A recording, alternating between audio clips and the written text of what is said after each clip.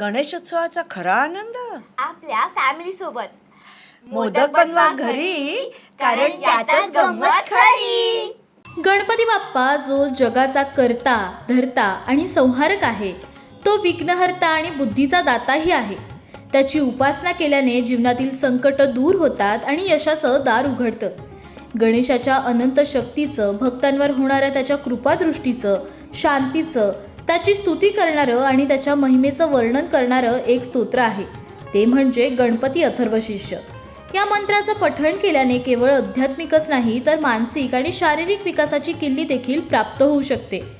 आज आपण या मंत्रामधील शब्दांचा मराठी अर्थ, त्यांचं महत्त्व श्लोकानुसार समजून घेणार आहोत. ओम भद्रं कर्णेभिः शृणुयाम देवाः, भद्रं पश्येमाक्षवीर्यजत्राः, स्थिरैरङ्गैः सुष्ठुवासस्थनूभिः व्यशेम देवहितं यदायुः. या शांती मंत्राचा अर्थ असा होतो की हे देवा, आमच्या कानात असे शब्द पडू द्या ज्यामुळे आम्हाला शहाणपण येईल आणि आम्ही निंदकांच्या नकारात्मक प्रभावांपासून दूर राहू. आम्ही सदैव समाजसेवेत मग्न राहू, वाईट कर्मांपासून सदैव दूर राहू. आमचे नेत्र सदैव शुभ गोष्टी पाहू. आम्हाला नेहमी भगवंताच्या भक्तीत तल्लीन राहू दे. आमच्या आरोग्यावर सदैव आपली कृपा असू दे. आम्हाला भोगापासून दूर राहू द्या. आमच्या शरीरात, मनामध्ये आणि ध्यानात भगवंत वास करू दे, जो आम्हाला सदैव आशीर्वाद देत राहील, अशी प्रार्थना आहे. ओम स्वस्ति न इंद्रो वृद्धश्रवाः, स्वस्ति न पूषा विश्वदेवाः, स्वस्ति नस्ताक्षो अरिष्टनेमिः, स्वस्ति नो बृहस्पतिर्दधातु. ओम शांती शांती शांती. याचा अर्थ असा आहे, आमच्या जीवनात देवांचा आशीर्वाद असो. देवराज इंद्र जो सर्वांमध्ये कीर्तिवान आहे, आमच्या कल्याणाची हमी देणाऱ्या पूषा देवतेने आम्हाला मार्ग दाखवावा. गरुडासारखा ज्याचा वेग आहे, त्याने आमच्या सर्व विघ्नांचा नाश करावा आणि गुरुदेव बृहस्पती आमच्या यशाची खात्री देऊ देत. ओम नमस्ते गणपतये, त्वमेव प्रत्यक्षं तत्त्वमसि, त्वमेव केवलं कर्तासि, त्वमेव केवलं धर्तासि, त्वमेव केवलं हर्तासि, त्वमेव सर्वं खल्विदं ब्रह्मासि, त्वं साक्षादात्मासि नित्यम. याचा अर्थ असा आहे, हे गणेशा, तुम्हाला नमस्कार असो. तुम्हीच या विश्वाचे जिवंत स्वरूप आहात. तुम्हीच सर्व काही निर्माण करणारे, तुम्हीच कृती आणि कर्ता आहात. तुम्हीच धारण करणारे आणि संहार करणारे आहात. तुमच्यामध्ये सर्व विश्व व्यापले आहे. तुम्हीच साक्षात ब्रह्म आणि आत्मा आहात. तुम्ही पवित्र साक्षी आहात. ऋतं वश्मी सत्यं वश्मी. मी सत्य बोलतो आणि मी ज्ञान सांगतो. अवत्वं माम अववक्तारं, अवश्रोतारं, अवदातारं, अवधातारं, अवानुचानमवशिष्यं, अवपश्चातात, अवपुरस्तात, अवोत्तरातात, अवदक्षिणातात, अवचोर्ध्वातात, अवाधरातात, सर्वतो मा पाहि पाहि समन्तात. याचा अर्थ असा होतो, तुम्ही माझे रक्षण करा. माझ्या वाणीचे, ऐकणाऱ्यांचे आणि माझ्या ज्ञानाचे रक्षण करा. मला ज्ञान देणाऱ्या आणि प्राप्त करणाऱ्यांचे रक्षण करा.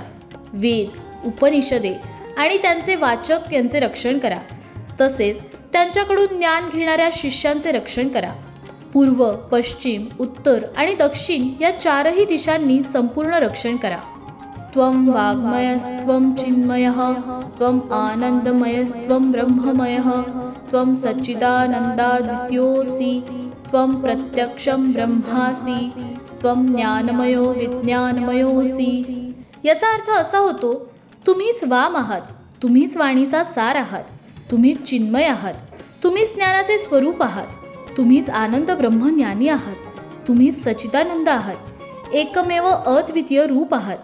तुम्हीच प्रकट करता आहात. तुम्हीच ब्रह्म आहात. तुम्हीच ज्ञान विज्ञानाचा दाता आहात. सर्वं जगदिदं त्वत्तो जायते, सर्वं जगदिदं त्वत्तिष्ठति, सर्वं जगदिदं त्वयैलयमेषति, सर्वं जगदिदं त्वयि प्रत्येति. त्वं भूमिरापो नलो निलो नमः, त्वं चत्वारि वापदानि.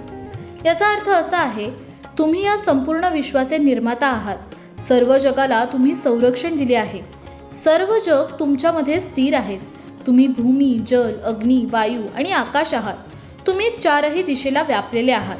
त्वं गुणत्रयातीतः, त्वं अवस्थात्रयातीतः, त्वं देहत्रयातीतः, त्वं कालत्रयातीतः, त्वं मूलाधारस्थितोऽसि नित्यं, त्वं शक्तित्रयात्मकः, त्वं योगिनो ध्यायन्ति नित्यं, त्वं ब्रह्मा, त्वं विष्णुस्त्वं रुद्रस्त्वं इन्द्रस्त्वं अग्निस्त्वं वायुस्त्वं सूर्यस्त्वं चंद्रमास्त्वं ब्रह्मभूर्भो भुवस्वरो.